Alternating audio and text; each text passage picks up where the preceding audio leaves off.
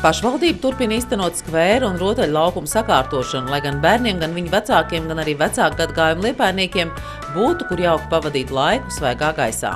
Šogad ar pašvaldības gādību tapuši 2 jauni bērnu rotaļu laukumi, viens Tosmarē, otrs Ventspils ielas parkā. Ventspils ielas parks ir iegūs pavisam jaunu izskatu un arī dzīvību. Šajā projektā mēs arī īpaši esam parūpējušies par bērnu vecākiem, jo ir uzstādīts arī ielu vingrošanas trenažieris.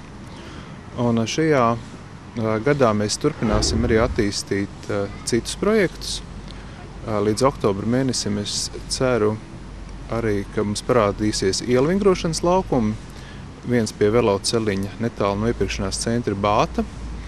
Un otrs jau tāds lielāks komplekss Lāčplēša dārzā, kas būs papildinājums jau esošam bērnu rotaļlaukumam. Protams, mēs arī saņemam ļoti daudz sūdzības no iedzīvotājiem, ka bērnu laukumi traucē iedzīvotāju mieru, iedzīvotāju atpūtu. Un izņēmums nav arī Ventspils ielas parks. Un kopīgi ar Ainavu arhitektu mēs šajā gadā plānojam arī iestādīt vairākus ceriņus, kas kalpotu par aizsargu barjeru starp mājām un bērnu rotaļlaukumu.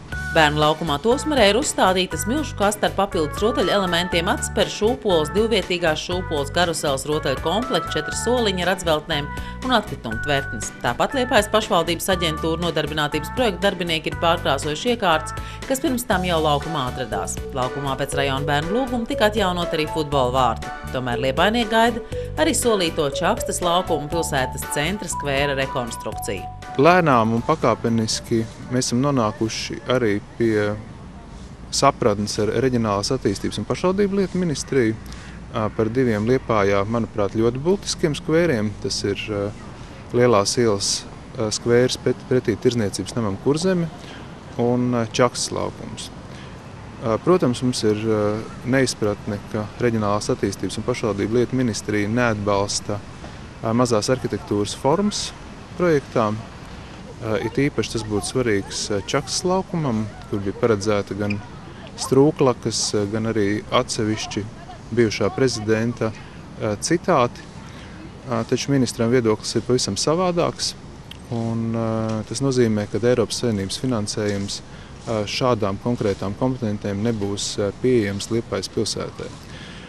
Es ceru, ka mani kolēģi deputāti respektēs šī projekta būtību un nozīmi. Un rudens domas sēdē mēs pieņemsim lēmumu par pašvaldības līdzfinansējumu projektam tieši, kas attiecās strūklakām un mazām arhitektūras formām. Mēs esam solījuši Liepājas iedzīvotājiem sakārtot Lielās ielas skvēru, un es gribu teikt, ka solījumi ir jātur.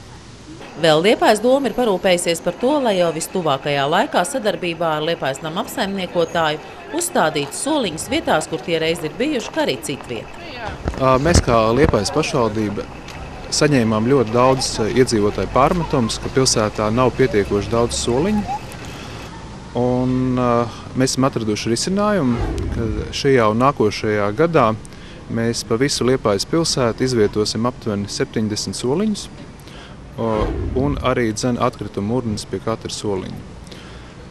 Šos darbus mēs esam uzticējuši veikt Liepājas nama apsaimniekošanas uzņēmumam, kas ar iedzīvotājiem un arī kopīgi ar būvvaldi izvērtēs visas iespējamās potenciālās nepieciešamās vietas, jo vēsturiski ir ļoti daudz soliņu jau ir izmantoti, taču uz doto brīdi ir demontēti vai salauzti.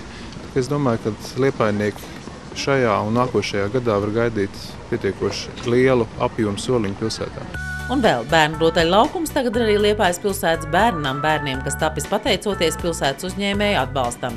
1500 latu rotaļu laukumu ierīkošanai ziedojas Liepājas speciālās ekonomiskās zonas uzņēmums Jensen Metal.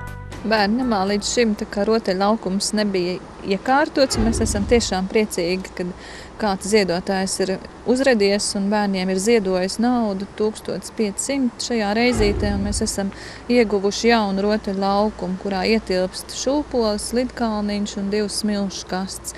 Mazie bērni dotajā mirklī ir daudz bērnu namā. Un, protams, kad vajadzība ir uz vietas pie mājas, mēs varam iziet laukā un parotaļoties smilšu kastē. Un tas viss šeit pat uz vietas, nav jābrauc nekur uz pilsētu. Baudām šo prieku šeit pat. Bērnu nams aicina atsaukties arī citus pilsētas uzņēmējus vai labas gribas cilvēkus, kur vēlas palīdzēt bērnu nama audzēkņiem.